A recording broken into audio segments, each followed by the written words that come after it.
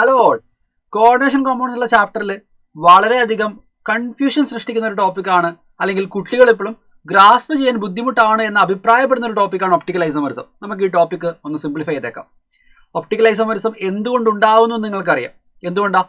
Absence of symmetry, അല്ലെങ്കിൽ symmetry ഉണ്ടാകാതിരിക്കുന്നത് കൊണ്ടാണ് optical isomerism ഉണ്ടാവുക, അല്ലേ? പ്ലെയിൻ പോളറൈസ് ലൈറ്റുമായിട്ടുള്ള ബിഹേവിയറിനെ ബേസ് ചെയ്തുകൊണ്ട് പ്ലെയിൻ പോളറൈസ് ലൈറ്റിനെ വലതുവശത്തേക്ക് റൊട്ടേറ്റ് ചെയ്യുകയാണെങ്കിൽ നമ്മൾ ആ ഐസോമറിനെ എന്ത് വിളിക്കും? ഡെക്സ്ട്രോ റൊട്ടേറ്ററി എന്നും. ഇടതുവശത്തേക്ക് അല്ലെങ്കിൽ ആന്റി ക്ലോക്ക് വൈസ് ഡയറക്ഷനിലേക്കാണ് റൊട്ടേറ്റ് ചെയ്യുന്നതെങ്കിൽ നമ്മൾ അതിനെ ലീവോ റൊട്ടേറ്ററി എന്നും വിളിക്കുമെന്നും നിങ്ങൾ ഓർഗാനിക്കിൽ നിന്ന് പഠിച്ചിട്ടുണ്ട്. ഡെക്സ്ട്രോ ലീവോ പെയറുകൾ നമ്മൾ എന്താ വിളിക്കുക? എനാൻഷ്യമോസ് എന്ന് വിളിക്കും. ഈ കാര്യം നിങ്ങൾക്കറിയാം. അപ്പോൾ ഒപ്റ്റിക്കൽ ഐസോമെറിസത്തിന്റെ ഫണ്ടമെന്റൽസിലേക്കല്ല നമ്മൾ ഫോക്കസ് ചെയ്യേണ്ടത്. ക്വസ്റ്റ്യൻസ് സോൾവ് ചെയ്യണമെങ്കിൽ വേറെ ഒന്ന് രണ്ട് കാര്യങ്ങൾ നമ്മൾ ശ്രദ്ധിക്കേണ്ടത്. അപ്പോൾ നമ്മളിവിടെ ശ്രദ്ധിക്കുന്ന ആദ്യത്തെ കാര്യം നോക്കുക, കോർഡിനേഷൻ നമ്പർ 4ന്റെ കാര്യം. കോർഡിനേഷൻ നമ്പർ 4 ആണെന്ന് വിചാരിക്കുക. അപ്പോൾ കോർഡിനേഷൻ നമ്പർ 4 ആണെങ്കിൽ നമുക്ക് രണ്ട് തരത്തിലുള്ള ഷേപ്പ് പോസിബിളാണ്. ഒന്നെങ്കിൽ നമുക്ക് ടെട്രാഹെഡ്രൽ പോസിബിൾ ആണ്, അല്ലെങ്കിൽ നമുക്ക് സ്ക്വയർ പ്ലേനാർ പോസിബിൾ ആണ്. ഇതിൽ സ്ക്വയർ പ്ലേനാർ എന്ന് പറയുന്ന സിസ്റ്റം ഒപ്റ്റിക്കലി ഇനാക്റ്റീവ് ആണ്. നോക്കുക, square planar geometry do not show optical activity. എന്തുകൊണ്ടാ? അവിടെ സിമെട്രി ഉണ്ട്. എങ്ങനെയാണ് സിമെട്രി ഉണ്ടാവുക? സോ ഇമാജിൻ, ഇത് നമ്മുടെ സ്ക്വയർ പ്ലേനാർ ഷേപ്പ് ആണെന്ന് വിചാരിക്കുക. ഈ പ്ലെയിൻ തന്നെ ഒരു പ്ലെയിൻ ഓഫ് സിമെട്രി ആയിട്ടാണ് ഇവിടെ ആക്ട് ചെയ്യുക. അതായത് ഈ പ്ലെയിനിന്റെ കുറുകെ നമ്മൾ ഇങ്ങനെ കട്ട് ചെയ്ത് കഴിഞ്ഞാൽ it will be 2 identical half, അല്ലേ? Mirror images. അപ്പോൾ നമുക്ക് പറയാൻ പറ്റും ഈ ഒരു പ്ലെയിനെ ബേസ് ചെയ്തുകൊണ്ട് സിമെട്രി ഉണ്ട്. ആബ്സെൻസ് ഓഫ് സിമെട്രി ഉണ്ടെങ്കിൽ മാത്രമാണ് നമുക്ക് ഒപ്റ്റിക്കൽ ഐസോമെറിസം ഉണ്ടാവുക. അപ്പോൾ സ്ക്വയർ പ്ലേനാർ കോമ്പൗണ്ടുകൾ എന്തായിരിക്കില്ല? ഒപ്റ്റിക്കലി ആക്റ്റീവ് ആയിരിക്കില്ല. ടെട്രാഹെഡ്രലോ? അപ്പോൾ നമുക്ക് ഇവിടെ ഞാനത് മാർക്ക് ചെയ്തേക്കാം. സ്ക്വയർ പ്ലേനാർ ഒപ്റ്റിക്കലി ആക്റ്റീവ് അല്ല, ടെട്രാഹെഡ്രൽ ഒപ്റ്റിക്കലി ആക്റ്റീവ്. നമ്മൾ ഓർഗാനിക് കെമിസ്ട്രിയിൽ അങ്ങനെയല്ല കാണുന്നത്. ഓർഗാനിക് കെമിസ്ട്രി നമ്മൾ കാണുന്നത് എങ്ങനെയാണ്? ടെട്രാഹെഡ്രലി സറൗണ്ടഡ് ആയിട്ടുള്ള ഒരു carbon, chiral carbon optically active ആകാമെന്ന് നമുക്കറിയാം. സോ ടെട്രാഹെഡ്രൽ കോംപ്ലക്സുകൾക്ക് എന്ത് പോസിബിൾ ആണ്? ഒപ്റ്റിക്കൽ ആക്ടിവിറ്റി കാണിക്കാം. പക്ഷെ നമ്മളോട് ചോദ്യങ്ങളിൽ ഒരിക്കലും ടെട്രാഹെഡ്രൽ കോമ്പൗണ്ടുകളെ ബേസ് ചെയ്ത് ചോദ്യങ്ങൾ കാണാറില്ല. നമ്മൾ എപ്പോഴും കാണുന്ന ചോദ്യങ്ങളെല്ലാം ഒക്ടാഹെഡ്രൽ കോംപ്ലക്സുകളെ ബേസ് ചെയ്തിട്ടാണ്. അതായത് കോർഡിനേഷൻ നമ്പർ 6ന്റെ കേസിൽ ഇത്രത്തോളം എക്സാമ്പിളുകൾ ഇവിടെ നിങ്ങൾക്ക് ഇവിടെ കാണാൻ പറ്റും. ഈ കാണുന്ന എല്ലാ മോഡലുകൾക്കും ഒപ്റ്റിക്കൽ ഐസോമെറിസം കാണിക്കാൻ പറ്റും. ഇത്രയും കാര്യങ്ങൾ ബൈ ഹാർട്ട് ചെയ്യേണ്ട ആവശ്യമുണ്ടോ? ഒരു നീറ്റ് എക്സാമിന്റെ ആസ്പെക്റ്റിൽ നമ്മൾ ആലോചിക്കുകയാണെങ്കിൽ അതിനകത്ത് എല്ലാ കാര്യങ്ങളും നമ്മൾ അറിഞ്ഞിരിക്കേണ്ട ആവശ്യം ഇല്ല. അപ്പം നമ്മൾ സ്പെസിഫിക്കലി അറിഞ്ഞിരിക്കേണ്ട കേസുകൾ ഏതൊക്കെയാണെന്നുള്ളത് ഞാൻ നിങ്ങൾക്ക് കാണിച്ചു തരാം. അപ്പോൾ 1 by 1 ഞാൻ നിങ്ങൾക്ക് വേണ്ടി എടുക്കുകയാണ്. ഞാൻ നിങ്ങൾക്ക് 3 കേസുകളെ എടുക്കുന്നുള്ളൂ. ആ 3 കേസുകൾ കൊണ്ട് തന്നെ ഒരുമാതിരിപ്പെട്ട എല്ലാ കാര്യങ്ങളും നമുക്ക് കവർ ചെയ്യാൻ പറ്റും. So let me take you through it. നോക്കുക, ഒന്നാമത്തെ കേസ് MAA ത്രൈസ്. ഈ AA എന്ന് ഇൻഡിക്കേറ്റ് ചെയ്തേക്കുന്നത് എന്താ? നോക്കുക, ഇങ്ങനെ ഇൻഡിക്കേറ്റ് ചെയ്താൽ അതിന്റെ മീനിങ് അതൊരു ബൈഡന്റേറ്റ് ലിഗാൻഡ് എന്നാണ് എൻ്റെ മീനിങ്. ബൈഡന്റേറ്റ് ലിഗാൻഡ്. ഓക്കെ, AB എന്ന് പറഞ്ഞാലും ബൈഡന്റേറ്റ് ആണ്. അപ്പൊ AAയും ABയും തമ്മിലുള്ള വ്യത്യാസം എന്താ? AA എന്ന് പറയുമ്പോൾ ബൈഡന്റേറ്റ് ലിഗാൻഡിൽ നൈട്രജൻ ഒരേ ആറ്റം തന്നെയാണ് ഡോണർ ആറ്റം. ഇവിടെ നോക്കുക, ഇവിടെ നൈട്രജനാണ്. പക്ഷെ ഒരു നൈട്രജൻ പോലെ ഓക്സിജൻ ആയിരുന്നെങ്കിലോ വേറെ ഡോണർ ആറ്റം ആണെങ്കിലോ അപ്പോൾ നമ്മൾ AB3 എന്ന് വിളിക്കുന്നത് മാത്രം. അപ്പൊ AA thrice or AB thrice. Basically bidentate ligand നമ്മൾ എടുക്കുന്നു എന്നേ ഉള്ളൂ. Bidentate ligand same donor atom വരാം, അല്ലെങ്കിൽ ഡിഫറെന്റ് ഡോണർ ആറ്റം വരാം. Doesn't matter. അപ്പോൾ നിങ്ങൾക്ക് നോക്കിയാൽ കാണാം, ഈ കാണുന്ന മോളിക്യൂളിന് എന്തെങ്കിലും തരത്തിലുള്ള സിമെട്രി ഉണ്ടോ എന്ന് നോക്കിയേ. ഒരു തരത്തിലുള്ള സിമെട്രി ഇല്ല. അപ്പം നിങ്ങൾ ഇതിൻ്റെ മിറർ ഇമേജ് വരച്ച് നോക്കുക. മിറർ ഇമേജ് വരയ്ക്കുമ്പോൾ ഇതാ ഇതിൻ്റെ മിറർ ഇമേജ് ആണ് ഈ കാണുന്നത്. നോക്കുക, ഈ ഭാഗത്തിൻ്റെ മിറർ ഇമേജ് ആണ് ഇത്. Same goes here. ആൻഡ് നിങ്ങൾക്ക് കാണാം ഈ ഭാഗത്തിൻ്റെ മിറർ ഇമേജ് ആണ് ഇത്. സോ മിറർ ഇമേജ് വരയ്ക്കുന്നു. നമ്മൾ രണ്ടിനെ സൂപ്പർ ഇമ്പോസ് ചെയ്യാൻ വേണ്ടി ട്രൈ ചെയ്യുന്നു. വണ്ണിനെ ഒരെണ്ണത്തെ മറ്റേതിൻ്റെ മുകളിലേക്ക് നമ്മൾ എന്ത് ചെയ്യുന്നു? സൂപ്പർ പോസ് ചെയ്ത് നോക്കുന്നു. ഓവർലാപ്പ് ആവുമോ? ഇല്ല. അപ്പോൾ നമുക്ക് ഇവരെ എന്ത് വിളിക്കാം? എനാൻഷ്യമോസ് എന്ന് വിളിക്കാം. അപ്പോൾ അതാ ഈ കാണുന്ന മോളിക്യൂളുകളുടെ മോഡൽ ഏതെങ്കിലും വന്നാൽ, അതായത് MAA ത്രൈസ് ഒരു മോഡൽ അല്ലെങ്കിൽ MAB ത്രൈസ് ഒരു മോഡൽ വന്നാൽ അയാൾക്ക് ഒപ്റ്റിക്കൽ ആക്ടിവിറ്റി കാണിക്കാൻ പറ്റും. നമ്മൾ 2 കേസ് ഒരുമിച്ച് കവർ ചെയ്തു കേട്ടോ. MAA thrice or MAB thrice. Moving on to the second case, MAA twice X2. ഇവിടെ AA ട്വൈസ് എന്ന് പറഞ്ഞാൽ ബൈഡന്റേറ്റ് ലിഗാൻഡുകൾ 2 മോണോഡെൻഡേറ്റ് ലിഗാൻഡുകൾ 2. ഇതാണ് ഇതിന്റെ മീനിങ്. MAA ട്വൈസ് X2ന്റെ മീനിങ് ബൈഡന്റേറ്റ് ലിഗാൻഡുകൾ 2, മോണോഡെൻഡേറ്റ് ലിഗാൻഡുകൾ 2. ഞാനിവിടെ എക്സാമ്പിൾ എടുത്തേക്കെന്ന് നോക്കിയത് COEN ട്വൈസ് Cl2ന്റെ കേസാണ് എടുത്തേക്കുന്നത്. നോക്കാം, COEN ട്വൈസ് Cl2. അതിൽ ഞാൻ സിസ് ഐസോമറും ട്രാൻസ് ഐസോമറും എടുക്കുന്നു. ഓക്കെ, സിസ് ഐസോമറിൽ നിങ്ങൾക്ക് കാണാൻ പറ്റും chlorines near by, EN group near by. അപ്പോൾ ഇത് സിസ് ആണ് കേട്ടോ.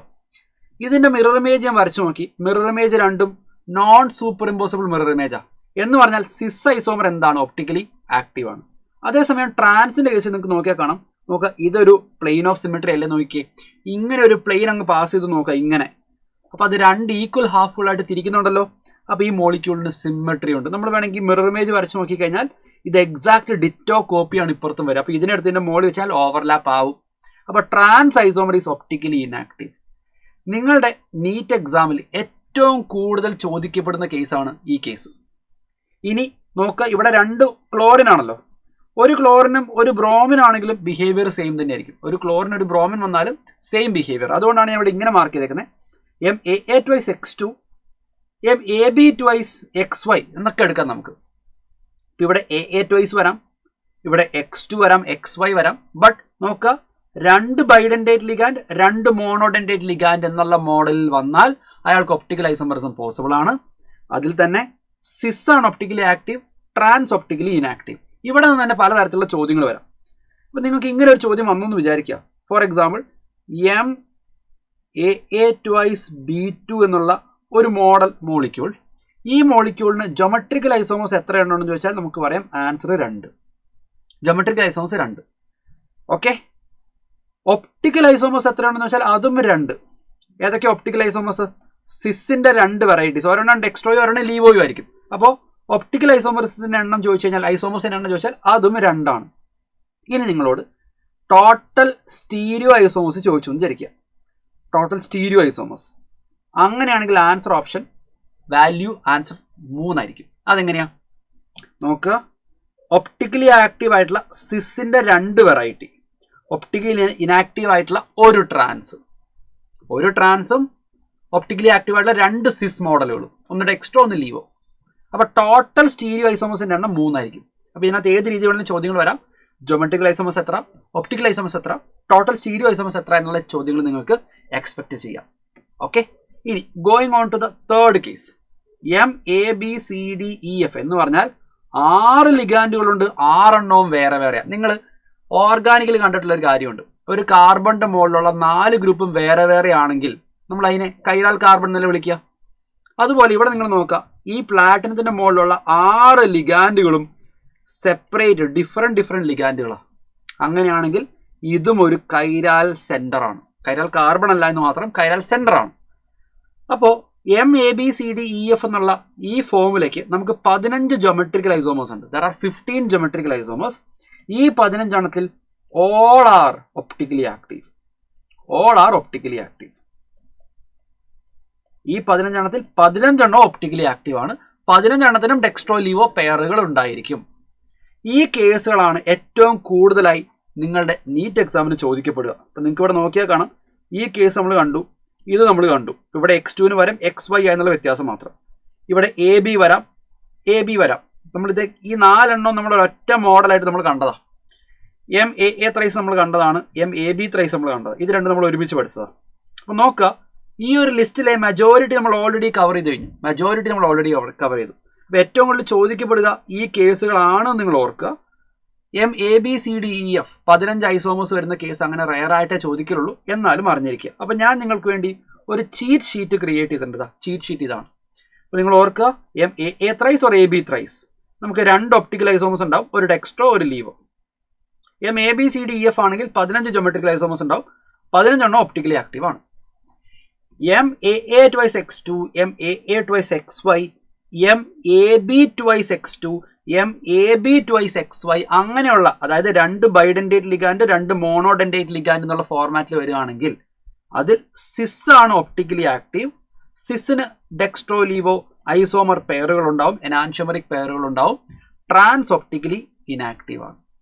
ഇതാണ് നമ്മുടെ ചീറ്റ് ഷീറ്റ്. അപ്പോൾ ഇത്രയും കാര്യങ്ങൾ ഓർത്താൽ നിങ്ങളുടെ ഒപ്റ്റിക്കൽ ഐസോമറിസം ടോപ്പിക് റെഡിയാണ്. ഇത്രയും കാര്യങ്ങൾ മതിയോ എന്നുള്ള ഡൗട്ട് ഉണ്ടെങ്കിൽ നമുക്ക് 1-2 ചോദ്യങ്ങളിലേക്ക് കടന്നു നോക്കാം. ഒന്നാമത്തെ ചോദ്യം, which complex is likely to show optical activity? അപ്പം നമ്മൾ ആകെ ചെയ്യേണ്ട കാര്യം, നമ്മൾ പഠിച്ച ആ 3 ഫോർമാറ്റിൽ ഏതെങ്കിലും ഒരെണ്ണമായിട്ട് ഇത് മാച്ചിങ് ആണോ എന്ന് നോക്കുക. ട്രാൻസ്ഫോം ഒപ്റ്റിക്കലി ഇനാക്റ്റീവ് ആണ് നമുക്കറിയാം, തൽക്കാലം ഒഴിവാക്കുക. ഇത് നോക്കുക, ഇത് MA6 എന്നുള്ള ഫോമില, അതായത് എല്ലാ ലിഗാൻഡുകളും ഐഡന്റിക്കലാണ്, 6 H2O ലിഗാൻഡുകൾ തന്നെയാണ് ഉള്ളത്. ഓപ്ഷൻ 3 നോക്കുക, cis format of CO NS3 monodentate ആണ്. Twice E N twice. E N bidentate ലിഗാൻഡാണ്. നോക്കുക, ഇത് നമ്മുടെ M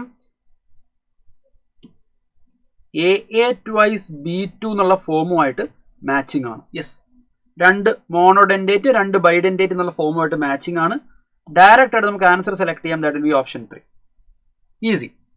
again which of the following will exhibit optical isomerism. Again same pattern നമുക്ക് നോക്കിക്കഴിഞ്ഞാൽ കാണാം. രണ്ടാമത്തെ ഓപ്ഷൻ നോക്കിക്കേ, എം എ ത്രൈസ് എന്നുള്ള ഫോമിലല്ലേ ഇയാൾക്ക് ഒപ്റ്റിക്കൽ ഐസോമറിസം കാണിക്കാൻ പറ്റും. That will be the answer. അപ്പം നിങ്ങൾ ഈ കണ്ട ചീറ്റ് ഷീറ്റിലെ ഈ ഫോർമാറ്റുകൾ ഫെമിലിയർ ആവുക, ഇതെല്ലാം ഒരുമിച്ചൊന്ന് മനസ്സിൽ ഏകോപിപ്പിക്കുക.